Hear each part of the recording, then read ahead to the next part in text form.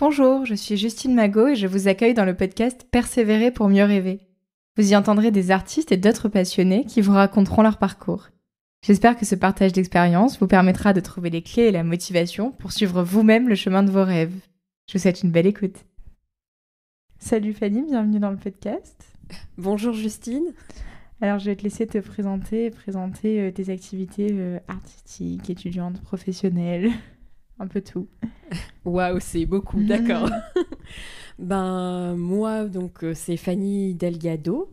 Donc, je suis metteuse en scène, dramaturge, comédienne, professeure aussi, doctorante, chercheuse en art du spectacle, et directrice artistique du coup de ma compagnie Incarnation. Voilà. Donc là, on va reprendre un petit peu ton parcours jusqu'à aujourd'hui, parce que c'est vrai que là, tout de suite, c'est ce qu'on se disait un petit peu en off avant d'enregistrer, c'est quand même assez étonnant de faire à la fois un doctorat, de la comédie, de la mise en scène. Tu as plein de choses à nous raconter.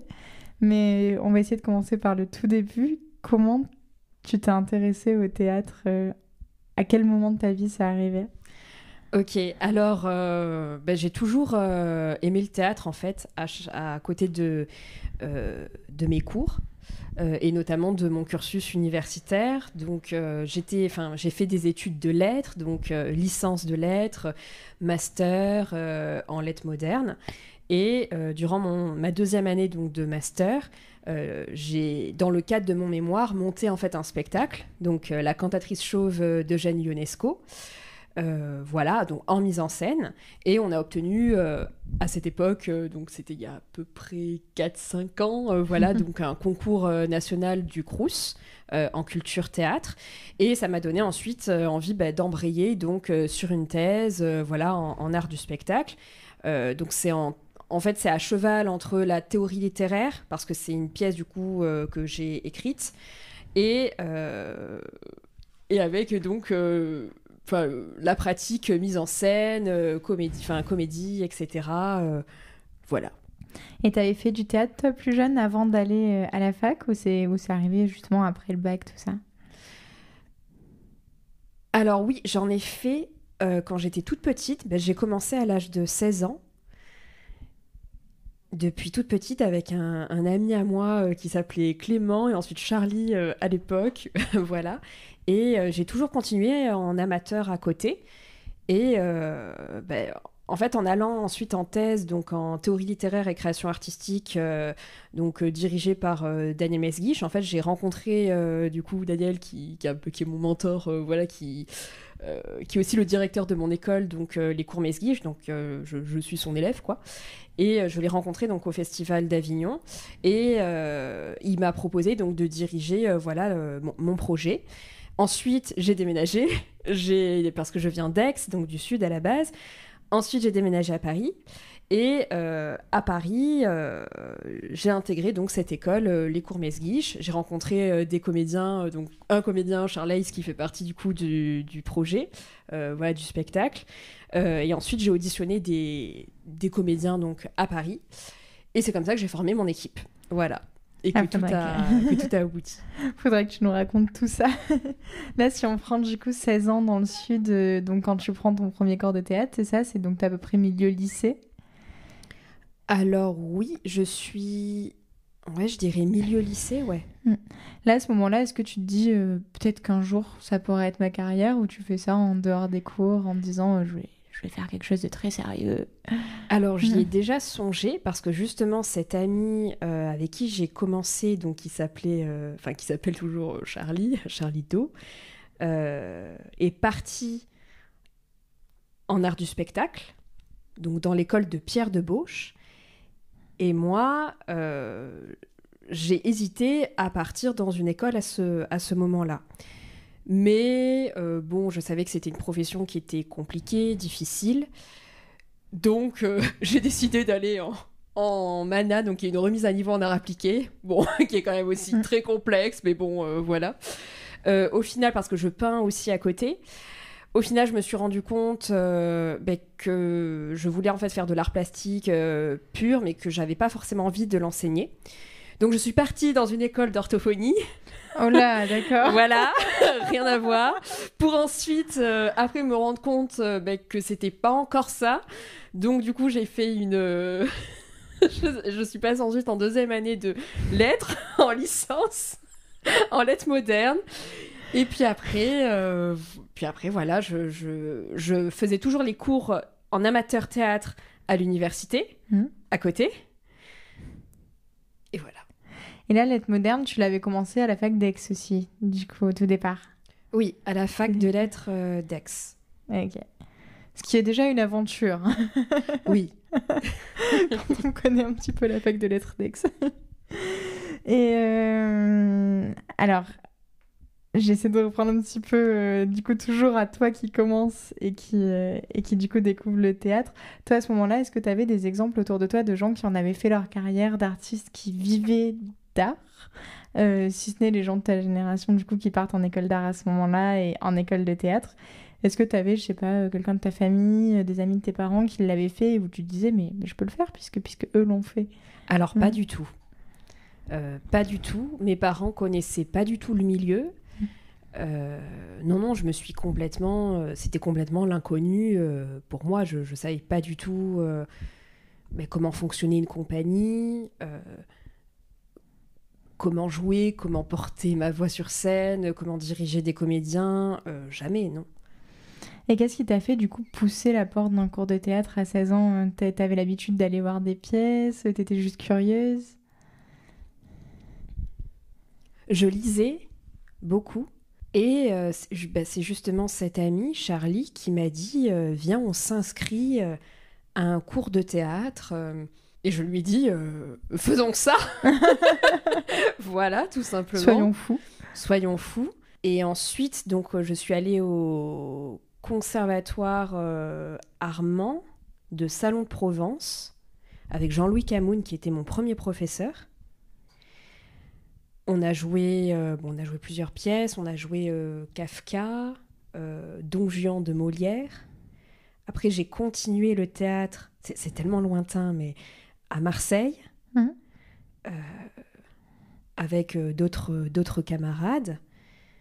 Ensuite, je suis allée faire du théâtre en amateur en fac, où j'ai revu une amie qui était en école avec moi de salon, qui montait un spectacle dans lequel j'ai joué en amateur, et elle se professionnalisait.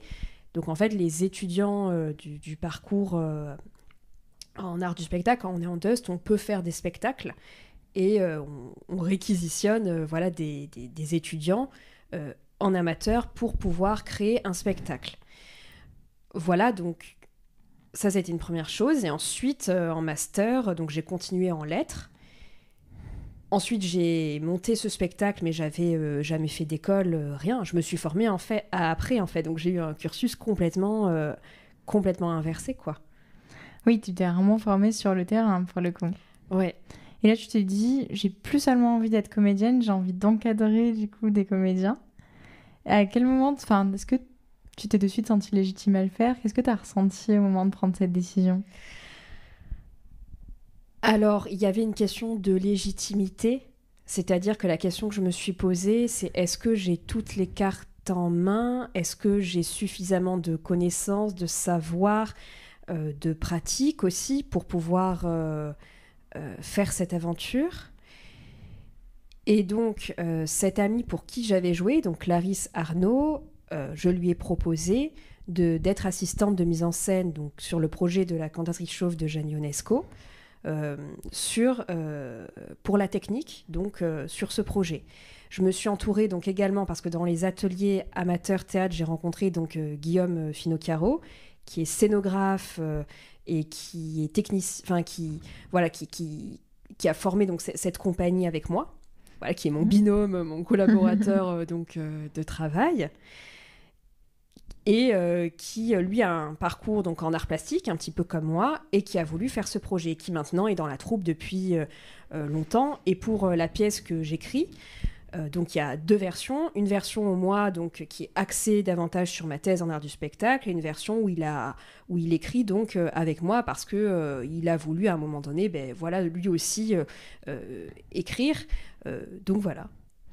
Et ta thèse, donc, elle est basée sur ta propre écriture ou c'est juste une partie de la thèse et le sujet est autre? Alors, ma thèse, alors c'est un peu complexe, mais il y a une dualité dans la thèse. Donc, il y a un volet théorie pure. Donc, en fait, je m'inspire d'une pièce du XVIIe siècle de Jean-François Regnard, Les Folies amoureuses, pour écrire, donc, pour le volet pratique, en écriture, mise en scène, et je joue dans le spectacle. Oh. Voilà. Donc et non, tu dors parfois? Oui, ça m'arrive de dormir. Je suis insomniaque, mais je dors, oui. Parce qu'au bout d'un moment, ça s'appelle l'épuisement, tu sais. Je pense, pour ma part, je pense que quand vraiment on est passionné par ce qu'on fait, et je dis pas ça comme ça parce que réellement, quand vraiment on aime ce qu'on fait, je pense qu'on voit pas le temps passer. Je pense qu'il y a un désir de créer qui est supérieur à. Je pense qu'on encaisse beaucoup plus de choses parce qu'on est passionné et parce qu'on porte le projet, l'écriture, un texte. Voilà, ça nous prend les tripes, quoi. Et notre énergie est décuplée, vraiment. C'est ça, aujourd'hui, quand tu vois tes journées, tu regrettes pas de pas avoir pris un métier de bureau où tu fais 35 heures assis. Tu te sens plus stimulé dans ce quotidien-là. Ce qui est assez paradoxal, c'est que quand on écrit une thèse en théorie, ou même une pièce, on est sur un bureau, en fait. On est très solitaire, on est avec nous-mêmes. Et quand on démarre sur le travail ensuite au plateau, quand on transmet, on donne un texte au comédien, on est avec l'autre. Donc, je pense que ça se complète finalement. Ouais, c'est assez. C'est ça qui est aussi assez intéressant dans ton parcours, c'est que tu vas pas juste faire du terrain, tu vas créer ce que tu joues, en fait. Tu prends pas juste ce qu'on te donne. Alors oui, oui et non, parce qu'il y a une différence. Quand j'ai monté La Cantatrice Chauve, c'était pas du tout la même démarche. Donc le premier spectacle en master, La Cantatrice Chauve de Jeanne Ionesco, c'était pas du tout la même démarche que le projet donc actuel, Une folie amoureuse où ça ira bien de l'amour. Parce qu'en fait, quelque part, je me suis rendu compte que quand on écrit, contrairement à juste adapter un texte, quelque part, on fait rentrer les comédiens, notre équipe, dans notre inconscient, vraiment. C'est-à-dire que au moment où on a écrit, quand le comédien il vient répéter, qui se pose sur la scène, qui dit le texte, on est beaucoup plus... je sais pas si sévère est le mot, mais on se dit, moi, à ce moment-là, quand j'ai ressenti ça au moment où j'écrivais, le comédien, il peut pas être passif comme ça et dire le texte comme ça. Et quelque part, je trouve que la démarche est pas la même parce que c'est beaucoup plus dur, du coup. Ouais. Oui, tu mets beaucoup de toi, en fait, dans ton texte. Exact. Et du coup, aujourd'hui, là, t'en es où de ta thèse? Il te reste combien de temps avant de la soutenir? Alors là, je suis en 4e année et je vais soutenir normalement, donc je me fixe comme objectif le 15 février 2024 parce qu'on joue au passage à la Manufacture d'Aix-en-Provence. Ah oui. Voilà, donc dans un super théâtre, donc en lien avec la mairie d'Aix. Et j'aimerais soutenir l'année prochaine. Et du coup, ça, tu le soutiens à Aix, enfin dans le sud. Ouais. Donc aujourd'hui, tu fais vraiment ta vie à moitié à Paris, à moitié dans le sud, ou t'es principalement à Paris? Alors, je suis moitié à Paris, moitié dans le sud. Je prends le train à peu près une fois par semaine. Oui. mais je suis vraiment passionnée par ce que je fais. À Paris, on répète. Et puis, je suis sortie de ma formation donc l'année dernière des cours Mesguich à Paris, parce que j'ai été formée au cours Mesguich, donc avec Daniel Mesguich, qui est mon mentor et mon grand maître là-bas. Donc, avec les comédiens, on répète sur Paris et je donne des cours dans le cadre de ma thèse de théâtre à des étudiants, des licences à la fac d'Aix. Et là, tu donnes des cours théoriques ou pratiques? Les deux.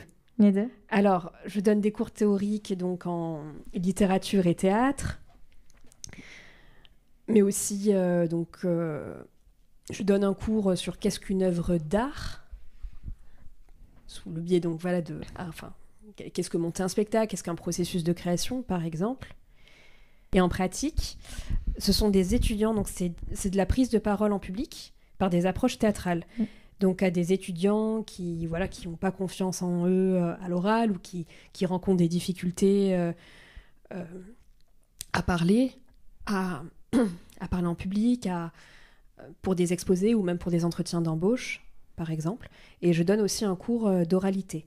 Donc la littérature orale, donc comment on lit un texte, qu'est-ce qui va faire que l'auditeur donc, va être concentré sur ce qu'on dit, qu'est-ce qui va faire qu'on va amener de l'émotion juste par le biais de la voix, comment on anime quelque part l'encrier, comment on ranime en fait l'encrier du texte. Voilà. Et ton volume horaire de cours que tu donnes, ça représente quoi à peu près par semaine? Alors au premier semestre... Essaye de le dire dans le micro. Pardon.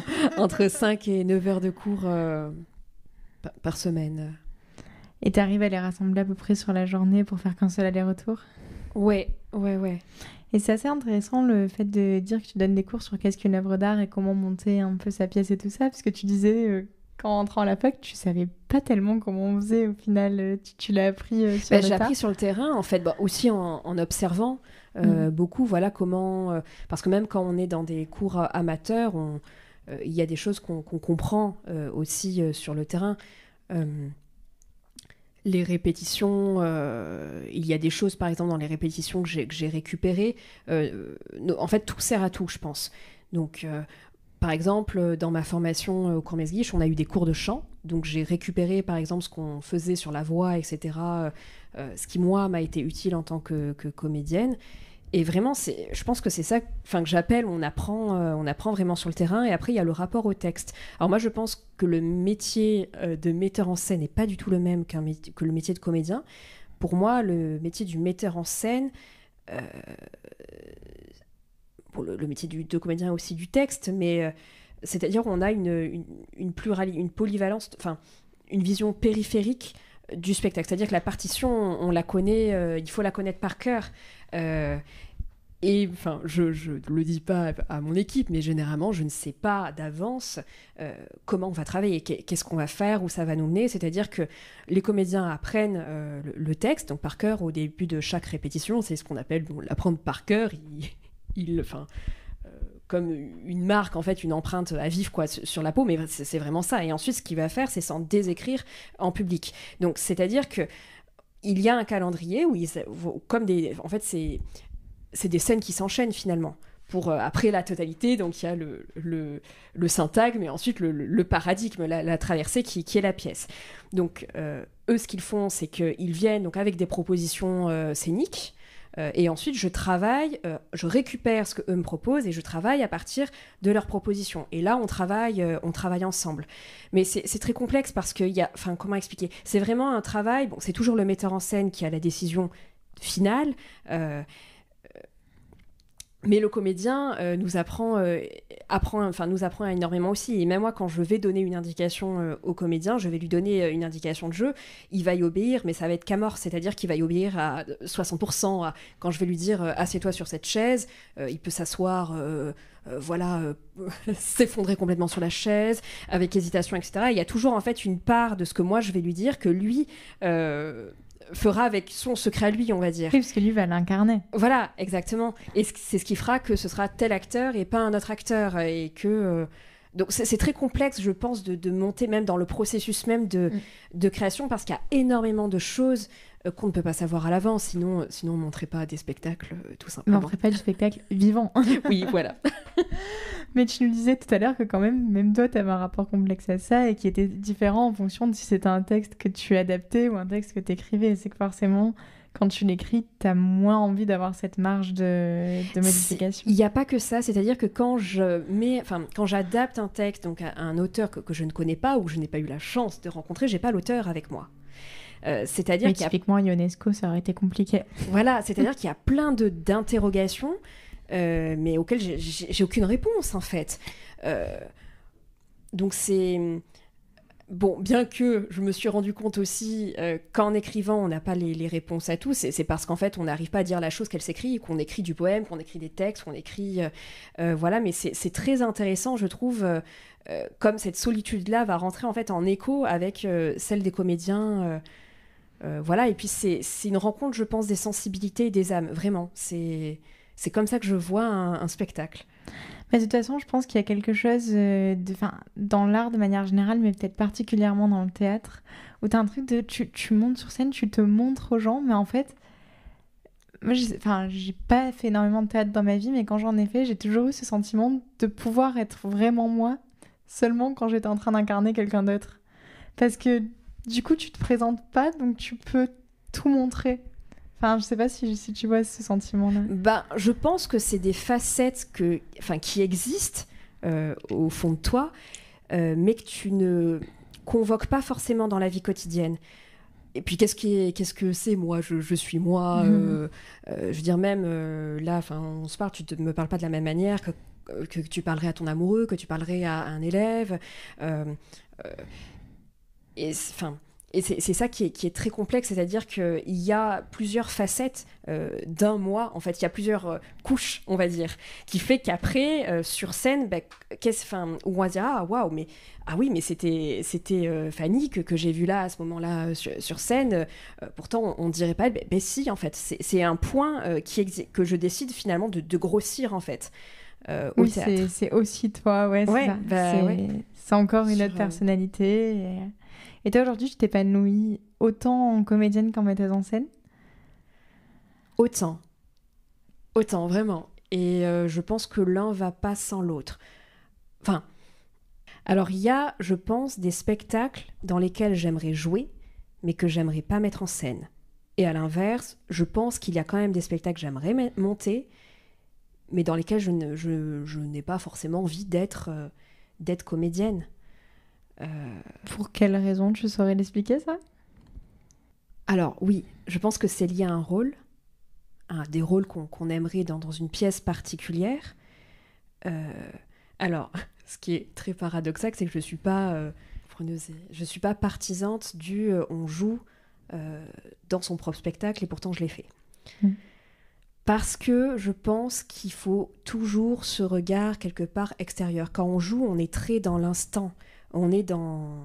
C'est brut, maintenant, c'est présent, c'est sensible. Il y a quelque chose aussi dans l'immédiateté. Il faut que ça zèbre, alors qu'on ne peut pas avoir ce regard extérieur du metteur en scène. Alors, finalement, j'ai travaillé avec une doublure, parce que j'ai eu 3 comédiennes qui jouaient donc le rôle principal que j'ai finalement pris. Ah ouais. Voilà. Et finalement, c'est comme si elles avaient été mes doublures quelque part. Mais j'ai mis en scène. Et je pense que c'est très difficile et que le metteur en scène a vraiment cette vision périphérique et c'est le rapport, comédien aussi, mais en tout cas, il y a quelque chose d'avantage avec le texte et je pense que ça, on ne le sait pas à l'avance, comment on va diriger les comédiens et comment telle sensibilité aussi va rencontrer telle sensibilité, parce qu'il y a des comédiens qui sont incroyables, que je trouve vraiment géniaux, mais avec qui, par exemple, je ne me vois pas travailler. Parce qu'on n'a pas la même vision du théâtre, parce qu'on défend pas le même style de théâtre, parce qu'il y a une question de personnalité aussi quand on monte un projet ensemble, et c'est vraiment quand je dis vraiment une rencontre des âmes, je dis pas ça parce que c'est beau, c'est réel vraiment. Je pense que d'une pièce à l'autre tu seras pas la même metteuse en scène, parce que tu vas t'adapter à l'ambiance qu'instaurent aussi tes acteurs. Alors je suis pas d'accord, je pense que c'est le metteur en scène qui l'instaure, mais quelque part même quand il auditionne, je pense qu'inconsciemment je choisis des gens peut-être qui me ressemblent, je sais pas. En tout cas, il y a quelque chose... Tu sais l'ambiance que tu veux qui ressorte du groupe, quoi. Ouais. Et pourtant, et des fois je me trompe, des fois il y a des choses qui fonctionnent pas, ou des fois je ne soupçonnais pas que tel acteur, on irait jusque-là, et pourtant on y arrive. C'est vraiment une aventure... Ouais. Et quand tu as choisi donc, la première pièce que tu mets en scène, tu disais que c'était La cantatrice chauve de Jeanne Ionesco. Ouais. Pourquoi ce texte-là? Qu'est-ce qui a fait que tu t'es dit, je veux que ce soit ça le premier? Alors, ce texte-là, parce que je l'ai étudié à un cours donc en licence, et il y avait la cantatrice chauve au programme. Donc j'étais étudiante en lettres, en licence, et j'ai rien compris, mais alors rien, à la Ionesco. pièce. Rien du tout, mais rien. Et je devais faire un exposé sur Ionesco, et j'ai passé des heures, mais des heures entières, à essayer de comprendre qu'est-ce que l'auteur avait voulu dire, pourquoi c'était écrit comme ça. Il y avait un non-sens total, et pour moi, il me fallait en fait des réponses, et je me suis mis pendant 6 mois à chercher. Et je pense que c'est aussi ce qui m'a donné envie d'être chercheuse en théâtre, parce que je voulais absolument des réponses, quoi. Oui, donc en fait, ça a créé une vocation, ça, pour le coup. C'est ça, c'est-à-dire que je me suis dit, et j'ai dit à cette amie, donc à l'époque, un jour, je montrais ce spectacle. Et bon, elle me disait, bon, Fanny... Et je lui disais, non, mais sérieusement, je sais qu'à un moment donné dans ma vie, mais je saurais à quel moment je le ferai, je montrais ce spectacle. Et c'est comme ça que ça s'est fait. Mais je pense que de toute façon, Ionesco, quand tu t'intéresses au théâtre, ça ne peut que te fasciner. Enfin, moi, je sais que ma pièce de théâtre préférée ever, c'est Rhinocéros. Parce que tu as ce truc de justement, la première fois, tu comprends rien. Et en fait, quand tu te mets à comprendre, tout devient tellement incroyable. Enfin, t'as envie de lire pendant des heures sur les sens cachés, qu'est-ce qu'il a voulu dire. Et... Enfin, je comprends vraiment que ce soit ce texte-là qui t'ait marqué parce que ça peut te rendre fou, mais à chaque fois, ça devient de plus en plus incroyable, tous les sens cachés que tu peux avoir à une pièce de Ionesco. Ouais. Enfin, c'est assez fou, en fait.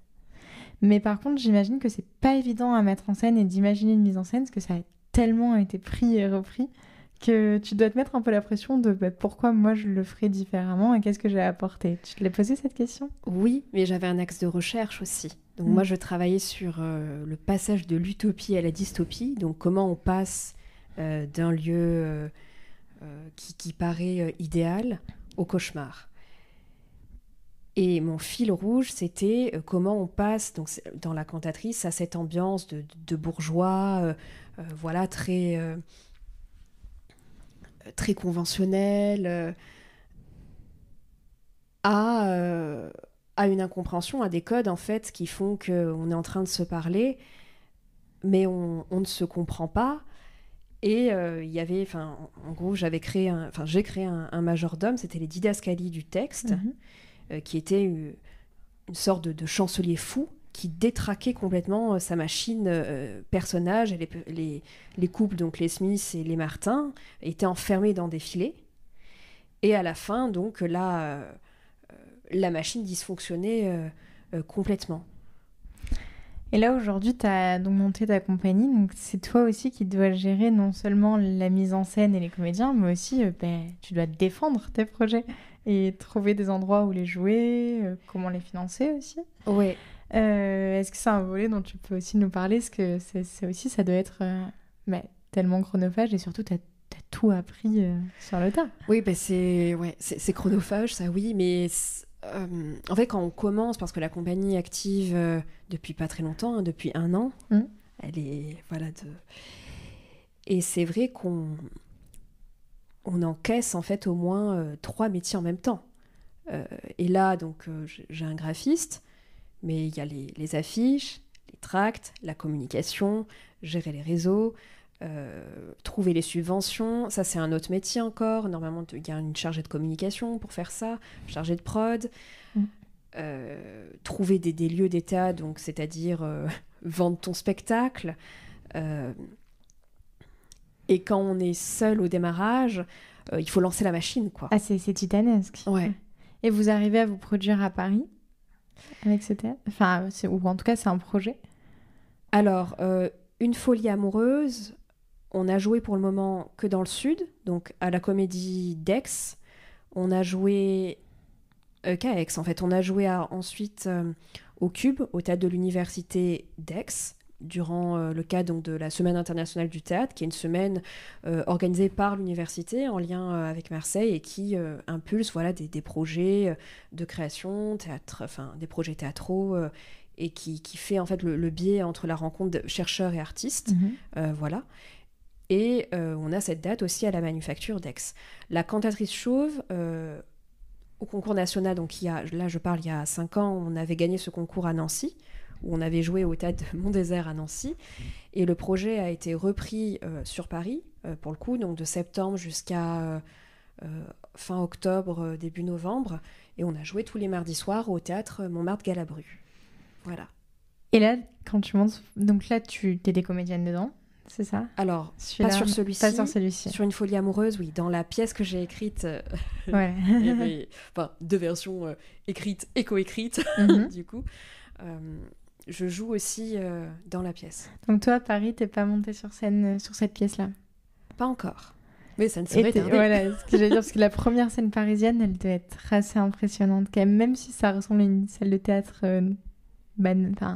Alors après, j'ai joué à Paris, mais dans le cadre des cours Mesguich. Donc on a joué à la cartoucherie, et c'est Daniel Mesguich qui m'a mis en scène sur, donc au départ, des fragments de mon texte, du texte Une folie amoureuse. C'est super intéressant. Ouais. C'est qu'en fait, mais en fait, c'est une super rencontre, du coup. C'est une rencontre incroyable, vraiment. Et je dis pas ça comme ça. Moi, vraiment, il a changé ma vision de voir le théâtre. C'est lui aussi qui m'a dit qu'il fallait que j'écrive. Et comment tu l'as rencontré au départ? Alors, ma directrice, donc, parce que j'ai 2 directeurs. J'ai une directrice en théorie, donc Sylvie Requemora, et Daniel Mesguich en co-directeur en pratique. Et à l'époque, donc moi j'avais travaillé donc dans le cadre de mes 2 mémoires de master, donc avec Sylvie, qui connaissait quelqu'un qui avait interviewé donc Daniel sur le spectacle La mort d'Agrippine. Donc j'ai réussi à avoir un contact. Et tout simplement, je lui ai proposé qu'on se rencontre au Festival d'Avignon, parce que j'étais pas très loin. Et on s'est vus autour d'un café, je lui ai présenté j'avais juste écrit le début de la pièce, j'avais 3 pages. Et je lui ai expliqué un petit peu voilà, ce que j'envisageais, voilà, si mon travail également l'intéressait, parce que on peut aussi dire non, je veux dire, voilà. Et il a accepté, tout simplement. Et ensuite, j'ai intégré son école. Voilà, c'est ce que j'allais dire. À ce moment-là, tu n'avais pas dans l'idée d'intégrer l'école? Pas encore. J'ai mis 1 an. Et je me suis dit, vraiment, là, je déménage, il faut que j'aille à Paris. Je veux comprendre, je veux apprendre réellement sur le terrain, voir comment il travaille. Et je l'ai appelé, je lui ai dit, je déménage, et puis voilà. Et du coup, tu suivais à la fois tes cours à l'Université d'Aix et tes cours à Paris? Oui. T'avais un retour d'air de temps, ou comment t'as fait? On dort moins, mais c'est gérable. Ouais, c'était... t'avais des journées complètes à chaque fois. T'as pu organiser... les 2 cours étaient compatibles? Alors, le matin, j'étais au cours Mesguich, donc de 10h jusqu'à 13h. Ouais. Et l'après-midi, donc soit je travaille toujours, mais ma thèse, en théorie. Et il y avait, là je prévenais à l'avance en disant, voilà, je donne aussi des cours dans le sud, est-ce que sur cette journée-là, voilà, je peux ne pas être présente au cours, car j'ai des responsabilités ailleurs, tout simplement, et on me l'a accordé, voilà, après on s'est organisé, et c'est comme ça que ça s'est fait. Est-ce que c'est une obligation de thèse de donner des cours dans le sud, ou c'est juste toi qui es super intéressée par ça? Alors, c'est pas une obligation, mais ça en devient une lorsqu'on a un contrat doctoral et un contrat d'ATER. Okay. Voilà. Donc non, et puis moi, vraiment, l'enseignement est très intéressant aussi, parce que je trouve que c'est pas très loin.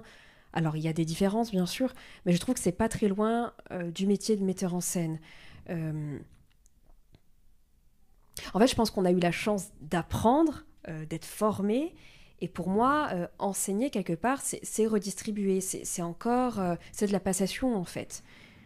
Ouais, tu rends ce qu'on t'a donné et c'est qui t'a passionné. Ça, ouais. C'est comme ça que je le vois, en tout cas.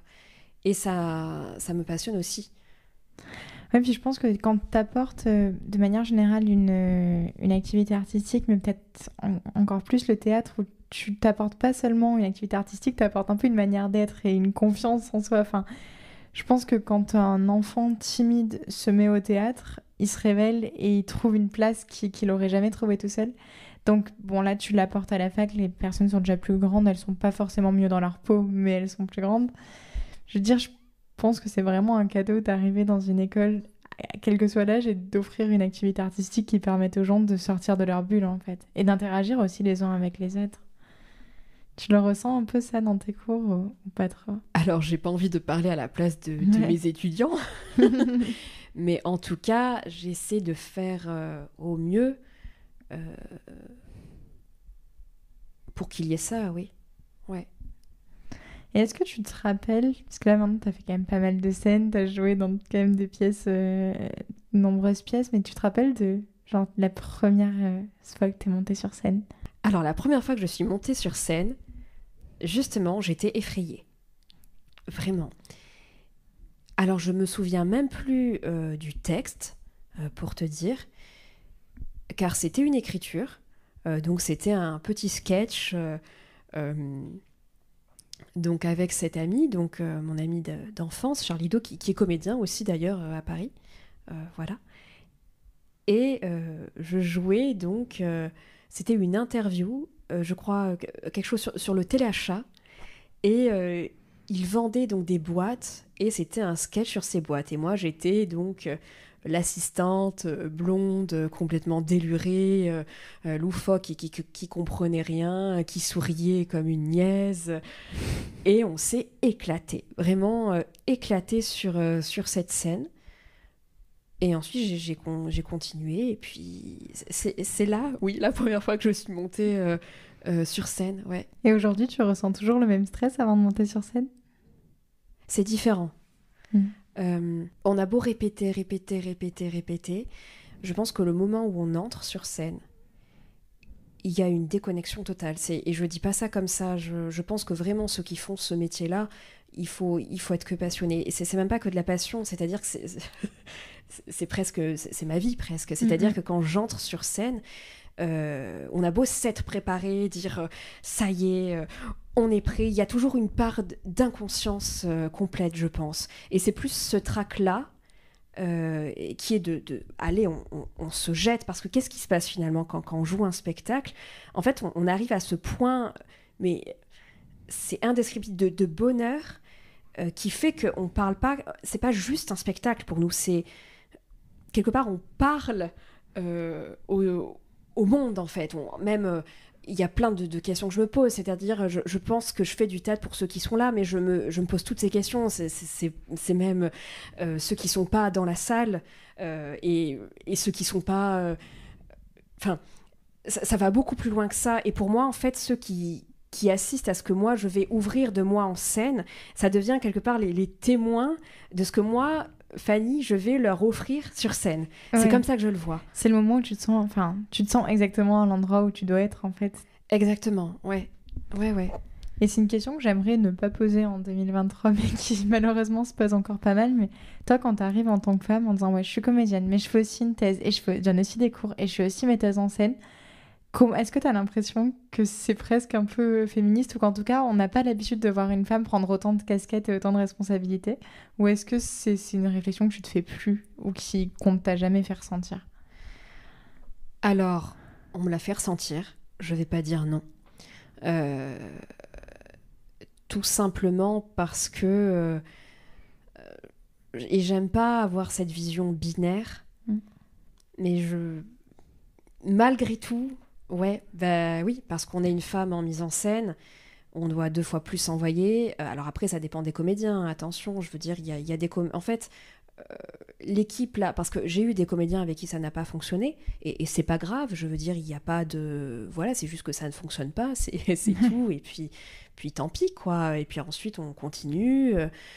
C'est pas pour autant que j'irai pas voir leur spectacle. C'est aussi un rapport de caractère. Il y a tout ça qui entre en jeu.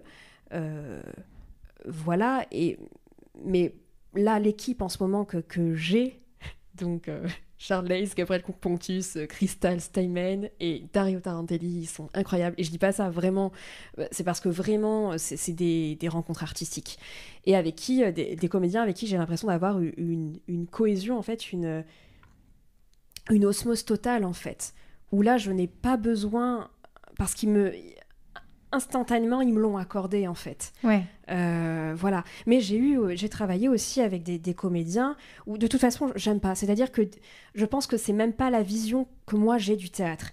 C'est-à-dire que quand les choses se passent mal, ça peut arriver. Je veux dire, quand vraiment il y a des tensions, il y a des colères, des dégueulantes, etc. Enfin, c'est pas le mot, mais ça m'intéresse pas. Vraiment, ça ne m'intéresse pas. Je pense que c'est pas le théâtre. Moi, c'est pas ma vision à moi du théâtre, tout simplement.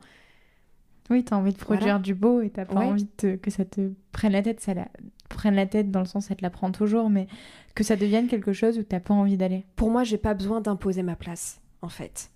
C'est comme ça que je le vois. Ouais, c'est chacun son rôle. C'est ça. Le dire. Et quand je me positionne en tant que comédienne, je me positionne en tant que comédienne. Et je suis au service, quelque part, du metteur en scène. Alors évidemment, il y a une rencontre artistique qui fait que je vais lui apporter des choses. Mais la décision finale, c'est sa mise en scène. C'est ça. En fait, un metteur en scène, c'est quoi ? Pour moi, c'est la vision que toi, tu as du texte. Ça va pas être celle du comédien. Voilà. Donc, tout simplement. Aujourd'hui, tu passes encore des auditions, toi, en tant que comédienne, ou pour l'instant, tu es vraiment concentrée sur tes projets à toi ? Alors, je n'en passe pas, parce que tout simplement, j'ai beau dire que je ne suis... Enfin, et puis il y a des moments où je suis très fatiguée, mais parce que c'est beaucoup. Plus tard, je pense, ouais. Mais maintenant, c'est déjà beaucoup. Voilà, mise en scène, diriger une compagnie, donner des cours. Donc non, pas pour le moment.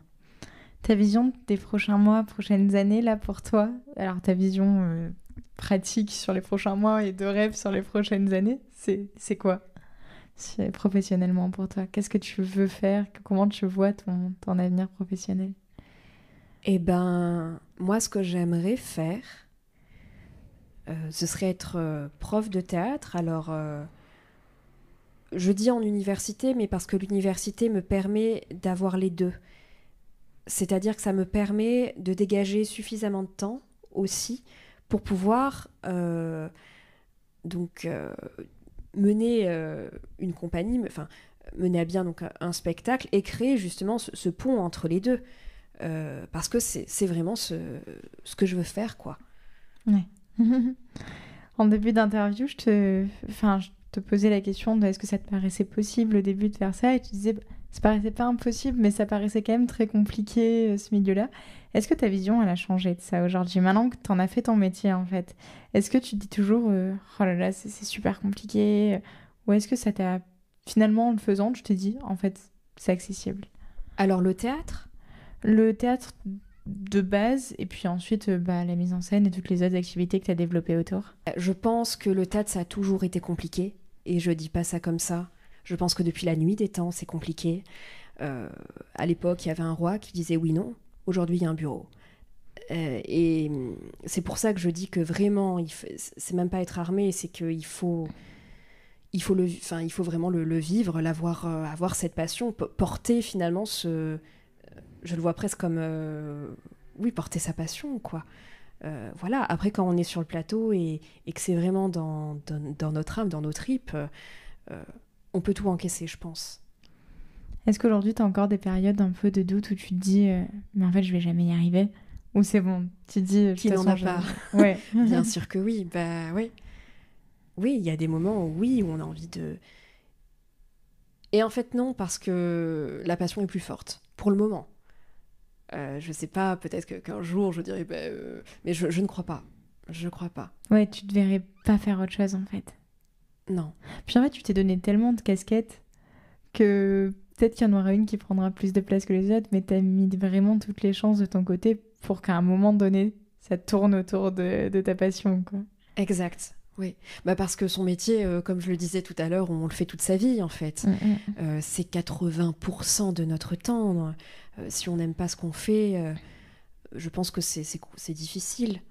Voilà, donc autant maintenant se donner les moyens et dès le plus tôt, finalement, pour pouvoir y prétendre. Voilà. Et tu dis que tu as tout découvert sur le tas. Est-ce qu'il y a quelque chose que tu as découvert sur le tas et que tu aurais aimé qu'on te dise avant, un conseil que tu pourrais donner à quelqu'un qui veut se lancer parce que toi, tu l'as pris sur le tas et que c'était pas marrant ? l'administratif. Vraiment, l'administratif, il faut se préparer. Ouais, on se rend pas compte, mais les dossiers de droit, enfin, toute la partie qu'on laisse à la production d'habitude. Ouais, exact. Est-ce que tu veux rajouter quelque chose avant qu'on conclue? Écoute, non. Alors, je conclue toujours avec la même question. C'est toi, aujourd'hui, avec toutes les expériences que tu as faites et tout ce que tu as accompli, tu pouvais parler au toi à 16 ans qui pousse la porte de ton premier cours de théâtre, qu'est-ce que tu te dirais? Dans quoi je m'embarque? Vraiment. Et tu t'embarquerais quand même? Et je m'embarquerai quand même, parce que je pense qu'il faut avoir une part d'inconscience totale pour faire ça. Et il faut du courage aussi. Je pense. Ouais. Merci beaucoup d'être venu dans le podcast. Merci à toi. Cet épisode est maintenant terminé. Pour connaître l'actualité du podcast, je vous invite à suivre les comptes Instagram, Facebook et Twitter ou à activer les notifications de sortie d'épisodes sur votre application de podcast. Pour m'aider à développer l'émission, vous pouvez aussi lui attribuer 5 étoiles sur Apple Podcasts et Spotify et en parler autour de vous sur les réseaux. À très vite!